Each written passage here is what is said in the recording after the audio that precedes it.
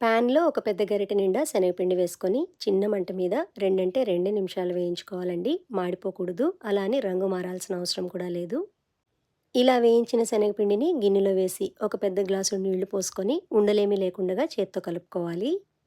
ఇప్పుడు మళ్ళీ ఇంకొక పెద్ద గ్లాసు నీళ్లు కలుపుకోవాలండి. అంటే టోటల్‌గా అర లీటర్ నీళ్ళైతే సరిపోతాయి. ఇప్పుడు ఈ గిన్నెని పక్కకు పెట్టేసి ప్యాన్‌లో కొద్దిగా నూనె వేడి చేసి ఆవాలు, జీలకర్ర, ఎండుమిర్చి, శనగపప్పు పోపు వేసి 2 ఉల్లిపాయ చీలికలు, 2 పచ్చిమిర్చి ముక్కలు, కొద్దిగా కరివేపాకు వేసుకొని 2 నిమిషాలు వేయించి, కొద్దిగా అల్లం తురుము, ఒక టమోటా ముక్కలు, మీ రుచికి తగ్గ ఉప్పు, కారం, కొద్దిగా పసుపు వేసుకొని ఒకసారి అంతా బాగా కలిసేలాగా గరిటెతో కలిపేసి 2 నిమిషాలు మగ్గిస్తే సరిపోతుంది. మరీ మెత్తగా మగ్గించకండి. ఇప్పుడు మనం కలిపి ఉంచిన శనగపిండి నీళ్లు మొత్తం పోసేసి, కొద్దిగా కొత్తిమీర కూడా వేసి మీడియం ఫ్లేమ్‌లో పెట్టి గరిటెతో కలుపుతూ ఉంటే 2 నిమిషాలకి చిక్కబడిపోతుంది.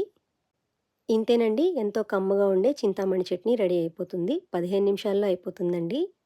చట్నీ కన్సిస్టెన్సీ అనేది ఇలా కొంచెం పలుచగా ఉంటేనే బావుంటుందండి. మా పల్లెటూరు హోటల్స్‌లో అయితే ఈ చింతామణి చట్నీని చాలా స్పెషల్‌గా చేస్తారు.